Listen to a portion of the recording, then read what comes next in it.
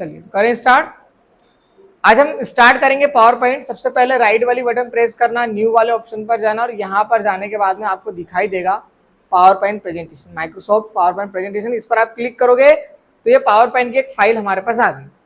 अब हम इस फाइल को कैसे पहचानेंगे कि ये पावर पॉइंट की फाइल है? जब भी आपको पी दिख रहा है यानी कि पावर पॉइंट की वो फाइल है। सिंपल सी बात, आप यहाँ पर जाइए और इसको ओपन करिए। अब देखो ओपन करने का तरीका क्या है। यदि आप कभी भी माउस से लेफ्ट वाली बटन एक बार क्लिक करोगे तो हम उस चीज को सेलेक्ट करते हैं, ठीक है। और जब दो बार हम क्लिक करते हैं, डबल क्लिक करते हैं, तो उस कंडीशन में हम किसी भी फाइल को, किसी भी फोल्डर को हम ओपन कर सकते हैं, ठीक है। तो हम वही कर रहे हैं, हम यहाँ पर जा रहे हैं, दो बार हम जैसे ही क्लिक कर रहे हैं वो हमारे पास पावर पॉइंट फाइल ओपन होगी। और पावर पॉइंट का शॉर्ट नेम क्या है? पीपीटी। तो हम बार बार पावर पॉइंट नहीं बोलेंगे, हम पीपीटी बोलेंगे, ठीक है। कभी इस टाइप से आपके पास मैसेज वगैरह आए तो इसको कर देना क्लोज। जैसे ही हम पावर पॉइंट पर आए, हमारा पावर पॉइंट इस टाइप से ओपन हुआ, आपको दिखाई दे रहा होगा, देखो लिखा है click to add first slide. मतलब यदि मैं यहां पर क्लिक करूंगा तो मेरे पास पहली स्लाइड आ जाएगी। अभी स्लाइड क्या होता है? हमने तो पेज का नाम सुना है।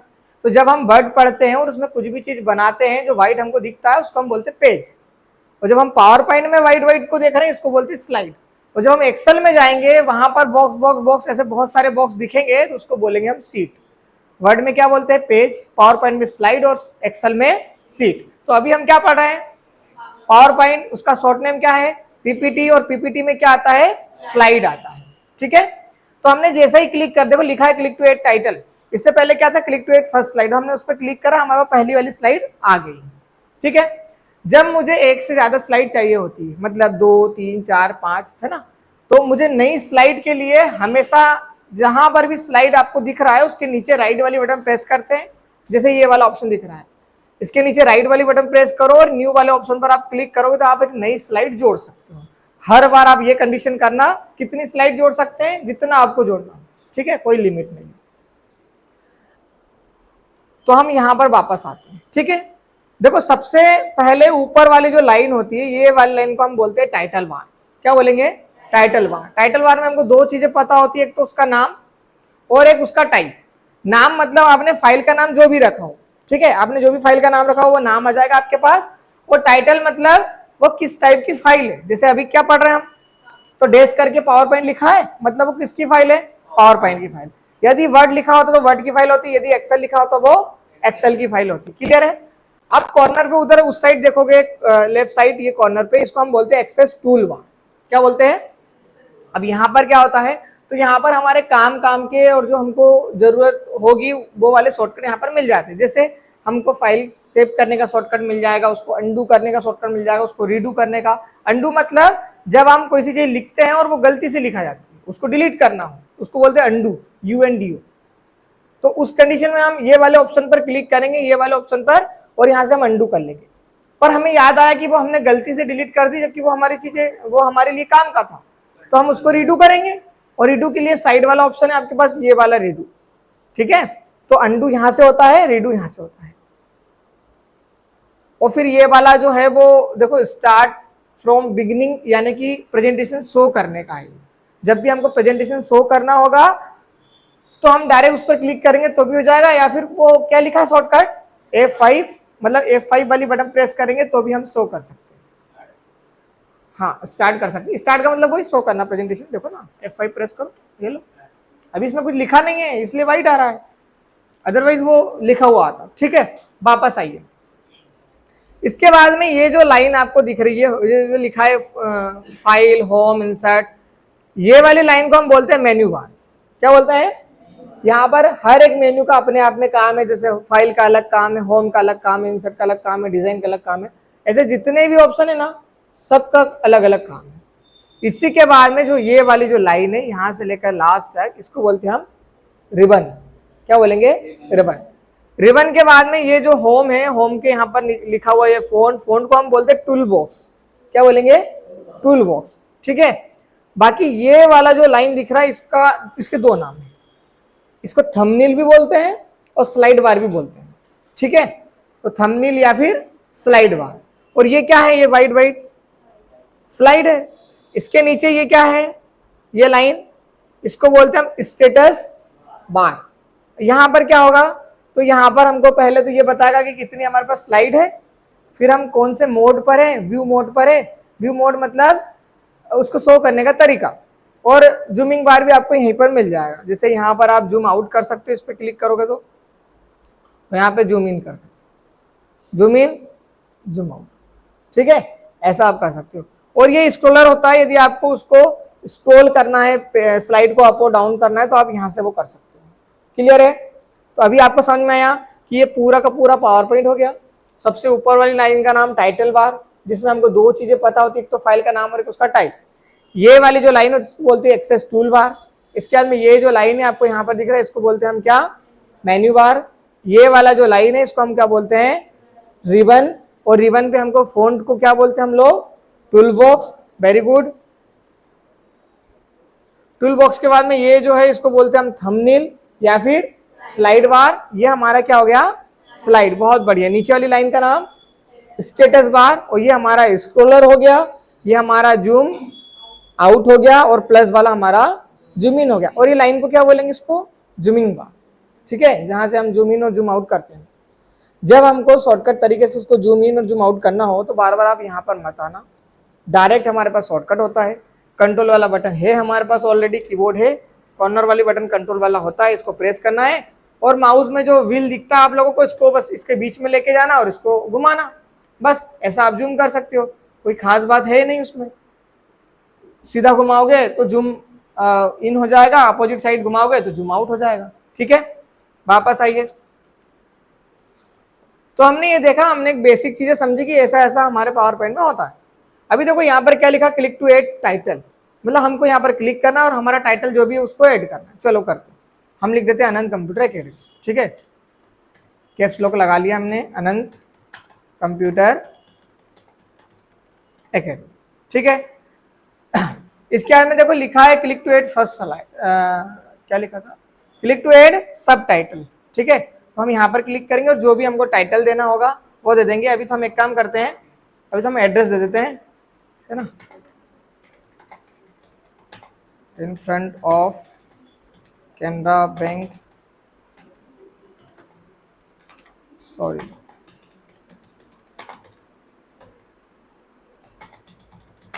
ठीक है, ये हमने एड्रेस लिख दिया। अनंत कंप्यूटर एकेडमी, ये भी इसलिए रेड लाइन दिख रही है क्योंकि वो ग्रामर के हिसाब से सही नहीं है, बट हमें पता है कि वो सही है, तो फिर हम इसको इग्नोर कर सकते। कैसे, राइट वाली बटन प्रेस करना, और यहाँ पर देखो लिखा है इग्नोर ऑल, इस पर आप क्लिक करोगे तो हट जाएगा। हरदा भी ग्रामर के हिसाब से ठीक नहीं है, तो राइट बटन, देन यहाँ पर इग्नोर। मेरी बात समझो आप लोग, जैसे वो अंडरलाइन जो आया था ना, वो केवल किस लिए है, शो करने के लिए कि भैया ये वाली ग्रामर या ये वाली मीनिंग गलत है, ठीक है। बाकी जब हम प्रिंट लेंगे, उसको किसी व्यक्ति को शेयर करेंगे पीडीएफ के रूप में, तो वहां पर अंडरलाइन नहीं आएगी, ठीक है ना। जब भी आप प्रिंट आउट लोगे तब तो अंडरलाइन आपको बिल्कुल नहीं मिलेगी। मतलब हमको एक बात तो क्लियर हो गई कि वो दिखता है हमको, हमारा मन नहीं उसको इग्नोर करने का है, तो कोई बात नहीं, जब प्रिंट लेंगे तब तो वहां पर सही हो जाएगा, ठीक है, पर वो उसका काम है। इसी के बाद में ये हमारा फर्स्ट स्लाइड था। अब हमको इसको क्लिक करना है यहाँ पर। अभी ध्यान से देखो, मैं इसको जूम कर देता हूँ पहले। जब मैं इसको जूम कर रहा हूँ तो आपको दिख रहा होगा, ये जो लाइन आपको दिख रही है बिल्कुल प्लेन लाइन है या फिर डॉट वाली लाइन है, डॉट वाली। जब डॉट वाली लाइन है इसका मतलब क्या है पता है, कि वो सेलेक्ट नहीं है ना। अभी मैं आपसे बोलूँ कि क्या सेलेक्ट है, तो बस कर्सर है हमारा, और कुछ भी सेलेक्ट नहीं है। कहीं पर भी आप क्लिक कर दो, या तो ये सब सेलेक्ट हुआ, पर यदि आपको पूरा का पूरा सेलेक्ट करना है और इसको देखो इसकी लोकेशन चेंज करना है, जैसे मैं इसको सेलेक्ट करके टॉप बॉटम वाली बटन प्रेस कर रहा हूँ तो क्या हो रहा है, देखो वो तो इधर उधर कर्सर जा रहा है। मुझे पूरा पूरा फॉन्ट ऊपर नीचे लेके जाना है, वो उस कंडीशन में इस पूरे बॉक्स को सेलेक्ट करूंगा। और बॉक्स को सेलेक्ट करने का बहुत सिंपल तरीका है, आप इसकी जो लाइन दिख रही है ना कॉर्नर, कहीं पर भी क्लिक कर दो, लाइन पर क्लिक करना बस आपको, तो हम जाएंगे कॉर्नर पे, कहीं कॉर्नर पे क्लिक कर दो, ठीक है। और जब आप देखोगे कि ये प्लेन लाइन बन गई पूरी, जो डॉट वाली दिख रही, अब ये पूरा फॉन्ट सेलेक्ट है, ठीक है। और जब पूरा फॉन्ट, इसको ऐसा मान लो कि ये सेव है और उसके अंदर टेक्स्ट लिखा, पर सेव जो है वो ट्रांसपेरेंट है, ठीक है, जिसमें कलर नहीं है। पर हम सेव में कलर कर सकते कि नहीं कर सकते, बिल्कुल कर सकते हैं, ठीक है। तो यदि हमारे पास देखो, अब इसको ऊपर नीचे लेके जाना हो, 4 बटन है, जहां पर भी लेके जाना हो आप ये चारों बटन से इधर उधर लेके जाओ, कोई दिक्कत वाली बात नहीं। समझ में आ गई बात आपको? एक तो ये बात हमारी क्लियर हो गई। नीचे ले आओ, फिर इसके बाद में यहाँ पर आप क्लिक करोगे, इस पर क्लिक करोगे तो क्या होता है, जितनी बार मैं क्लिक करूंगा उतनी बार फोन का साइज इंक्रीज होगा, बढ़ेगा। और यदि मुझे साइज कम करना है तो हम ये स्मॉल ए वाले ऑप्शन पर जाएंगे और यहाँ पर क्लिक करेंगे, यानी कि यहाँ से इस पर क्लिक करने से कौन सी बटन प्रेस कर रहा हूँ, लेफ्ट वाली, यहाँ पर क्लिक करने से साइज बढ़ रहा है फोन का और यहाँ पर क्लिक करने से फोन का साइज कम हो रहा है। इसके बाद में यदि मुझे फोन चेंज करना है, फोन चेंज करने का मतलब इसकी स्टाइल चेंज करना है, तो पहले बॉक्स सेलेक्ट होना चाहिए, मैं भी बता रहा हूँ क्लियर, ठीक है। अब आपको जाना है यहाँ पर जाने के बाद में आपको जैसा भी फोन रखना है, जैसा ठीक लग रहा है वो वाला फोन रख लो, बहुत सारे फोन मिल जाएंगे आपको, ठीक है। चलो देखते कोई सा फोन, ये है। फिर मैंने यहाँ पर क्लिक करा, क्लिक नहीं करना है, क्लिक करने से वो सेलेक्ट हो जाता है, आपको बस ऐसा कर्सर लेके आना है, वो ऑटोमेटिकली हो जाएगा उस पर, है ना। अब मैं जो चारों बटन है मेरे पास टॉप बॉटम वाली, उसमें बॉटम वाली बटन प्रेस करते जा रहा हूँ तो मेरे पास फोन नीचे आते जा रहा है, ठीक है। आपको जो वाला भी फोन रखना है वो वाला फोन रख लेना। एक काम करते हैं अपन ये वाला रख लेते हैं अभी फिलहाल में, और इसको क्लिक करना तो इंटर करना, ये वाला फोन हो जाएगा, ठीक है। तो यहाँ से हमको समझ में आया कि यहाँ से हम फोन चेंज कर सकते हैं हमारे हिसाब से। फिर इसके बाद में ये वाला जो ऑप्शन है ये बोल्ड का, जब आपको वर्ड को डार्क करना हो, अक्षर को मोटे करना हो, तो आप उस कंडीशन में बी वाले ऑप्शन पे क्लिक करोगे तो ये डार्क दिखाई दे रहे हैं। पहले ऐसा था पर अब ऐसा हो गया, पहले ऐसा था पर अब ऐसा हो गया, समझ गए। तो यदि क्लिक करा तो बोल्ड हो गया, नहीं क्लिक करा तो हट जाएगा। और इसका शॉर्टकट होता है Ctrl+V से होता है बोल्ड। अब ये Ctrl और V क्या है, तो भाई साहब जितने भी शॉर्टकट होते हैं, जैसे बोल्ड करना, इटैलिक करना, अंडरलाइन करना, अल्फाबेट के साथ में यदि आपको कोई सा शॉर्टकट लगाना है तो उसमें हम पहले कंट्रोल वाली बटन को प्रेस करते हैं और उसके बाद में हमारा जो भी अल्फाबेट है वो प्रेस करेंगे। जैसे एग्जांपल हमको बोल्ड करना है, बोल्ड यानी क्या होता है, डार्क, बट को मोटे करना अक्षर को, ठीक है। तो कंट्रोल बिफोर बोल, ठीक है, कंट्रोल वाली बटन को प्रेस करके रखा और फिर बी को एक बार दबाना। आपको ऐसा कभी नहीं करना कि इसको दबा दिए सब, ऐसे में तो कभी नहीं होगा वो, ठीक है। हमको इसको भी प्रेस करके रखना और इसको एक बार दबाना। ये बोल्ड हो गया, हट गया, अभी सेलेक्ट नहीं है वो, है ना। यहाँ पे सेलेक्ट करो, ये देखो कंट्रोल, बोल्ड हट गया, बोल्ड आ गया, बोल्ड हट गया, बोल्ड आ गया, समझ गए। इस टाइप से हम लेके आ सकते हैं। फिर इसी के बाद में ये अंडरलाइन वाला ऑप्शन है, सॉरी इटैलिक वाला ऑप्शन है, वर्ड को ऐसा रोटेट कर देगा, ये देखो, ठीक है। वो कंट्रोल आई करोगे तो भी आप उसको रोटेट कर, वो सॉरी इटैलिक कर सकते हो, ठीक है। या तो कंट्रोल आई कर देना या फिर ऑप्शन पर आप क्लिक कर देना। फिर इसके बाद में क्या है, अंडरलाइन वाला ऑप्शन है। यदि वर्ड के नीचे आपको अंडरलाइन लेके आना हो तो आप अंडरलाइन वाले ऑप्शन पर क्लिक करना यहाँ पर, और जैसे ही हम यहाँ पर क्लिक करें क्या हुआ, अंडरलाइन आ गया हमारा। इस पर क्लिक करेंगे तो अंडरलाइन हट जाएगा, ठीक है। यदि आप, अच्छा इसमें ऑप्शन नहीं, वर्ड में ऑप्शन आता है, अंडरलाइन में आपको और अलग अलग स्टाइल चाहिए, डुअल अंडरलाइन, डॉट अंडरलाइन, बहुत सारी, पर अभी इसमें सिंपल अंडरलाइन है हमारे पास, ठीक है। इसके बाद में ये जो ऑप्शन है ये हमको वर्ड में नहीं मिलता। देखो लिखा क्या लिखा है, टेक्स्ट शैडो, शैडो मतलब परछाई और टेक्स्ट मतलब जो लिखा है, मतलब इसी टेक्स्ट का एक परछाई हमको देना उसके बैकग्राउंड में।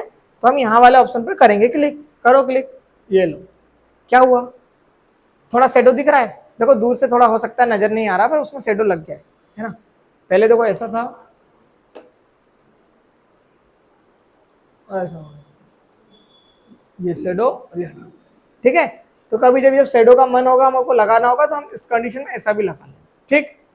इसके बाद में यहाँ पर जाओगे तो देखो वर्ड को हमको क्या करना है, यदि वर्ड के बीच में ये क्या है, अच्छा वर्ड को कट करना है ना। वर्ड को जब कट करना हो, अब देखो कट करने के दो मतलब है, एक तो डिलीट करना हो, वो डिलीट करना होता है ना तब हम क्या करते हैं, बैक स्पेस, कीबोर्ड में बैक स्पेस वाली ऑलरेडी बटन है, हम इसको प्रेस करते हैं, पर हमको उसको शो करना है, कटा हुआ लाइन आना चाहिए बीच में से, तो उस कंडीशन में हम इसको सेलेक्ट करेंगे और यहाँ पर इस पर क्लिक करेंगे तो ऐसा लाइन अंडरलाइन से हो जाएगा। पर यदि मुझे हटाना होता, एकेडमी को हटाना होता, तो फिर मैं कीबोर्ड से बैक स्पेस प्रेस करते जाता, वो ऑटोमेटिकली हट जाता, समझ गए। अच्छा गलती से एकेडमी डिलीट कर दिया हमने, हमको वापस लेके आना है, कंट्रोल जेड। जब हम गलती से कोई सी चीज डिलीट कर देते हैं, उसको वापस लाना होता तो उसको हम अंडू करते हैं, और अंडू का शॉर्टकट होता है क्या, कंट्रोल जेड। पर हमें ध्यान थोड़ी ना रहेगा, आज तो हमारा पहला दूसरा दिन है, तो हम क्या करेंगे, ऑप्शन वाले इस पे ऑप्शन पर चले जाएंगे, यहाँ पर आप क्लिक करना, ये वापस ले आओगे। फिर आपको याद आया कि यार क्या ले आए, तो चाहिए ही नहीं था हमको एकेडमी, तो फिर हम साइड वाले ऑप्शन पे क्लिक करेंगे, हट भी जाएगा। मतलब अंडू से जो चीजें हम करते हैं, डिलीट करते हैं कुछ भी, उसको वापस लाना है तो अंडू, वापस भेजना है तो रीडू, सिंपल सी बात, ठीक है। वो तो जब आप उसको अप्लाई करोगे ना तब तो समझ में आएगा, और जब आप उसको ऑप्शन को अप्लाई करोगे ना तब आपको आसानी से समझ में आ जाएगा। अभी ये ले लो एकेडमी, ठीक है। इसके आगे जाओगे तो देखो यहां पर है करेक्टर के बीच में स्पेस देना। करेक्टर मीन्स जैसे अनंत लिखा है तो ANT जो लिखा है ना, ए फिर एन, हर एक जो वर्ड है उसको करेक्टर बोलेंगे, ठीक है।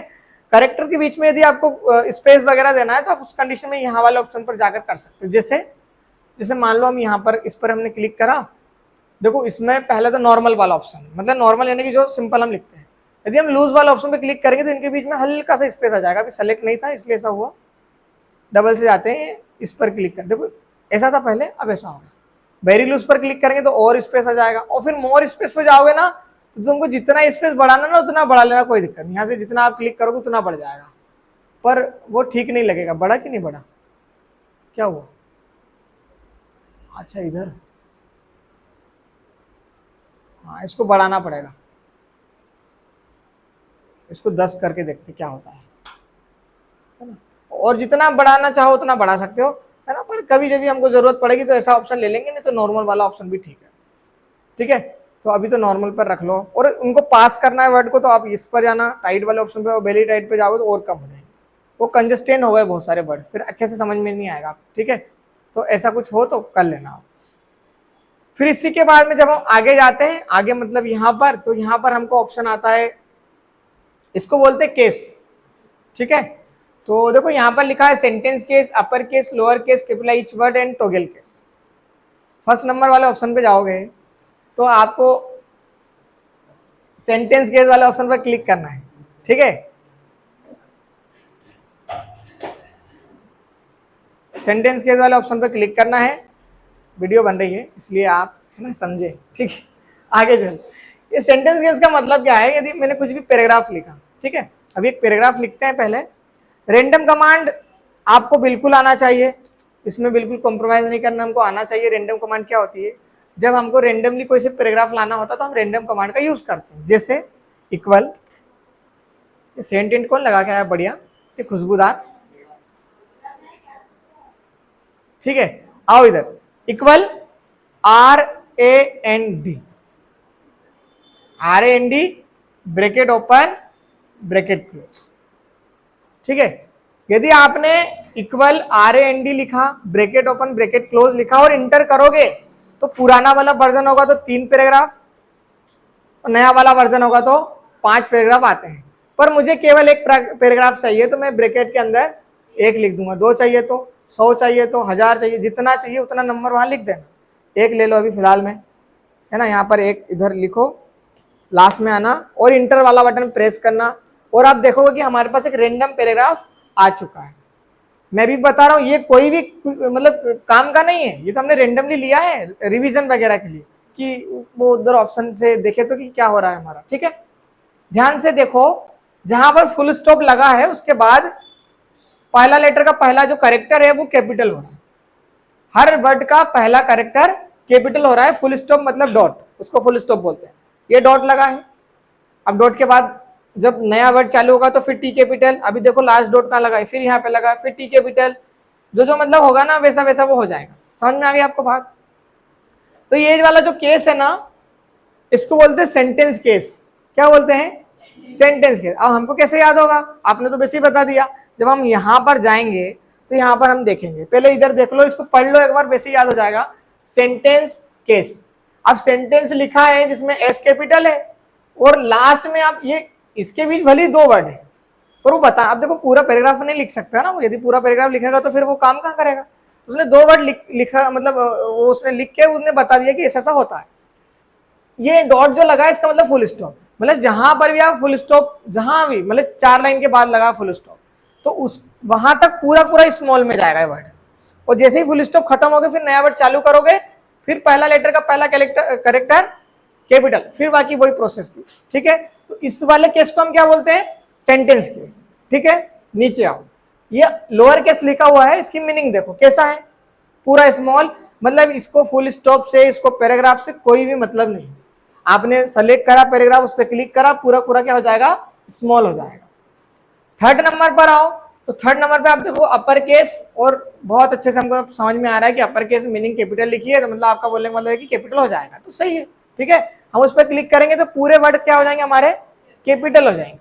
इसके बाद में देखो कैपिटलाइज ईच वर्ड, इसका मतलब क्या है भैया, पहला वर्ड का पहला letter capital, character capital sorry, फिर सेकेंड वाले वर्ड का भी, मतलब जितने भी वर्ड आएंगे हर वर्ड का पहला जो करेक्टर है वो कैपिटल आएगा, फिर स्मॉल, फिर पहला, फिर दूसरा वर्ड चालू हो गया उसका पहला कैपिटल फिर स्मॉल, समझ गए। ऐसा आपको यदि करना है तो हम fourth number capital each word वाले ऑप्शन पे क्लिक करेंगे। पर यदि हमको पहला स्मॉल बाकी कैपिटल रखना होगा तो हम लास्ट वाले ऑप्शन टॉगल केस वाले ऑप्शन पे क्लिक करेंगे।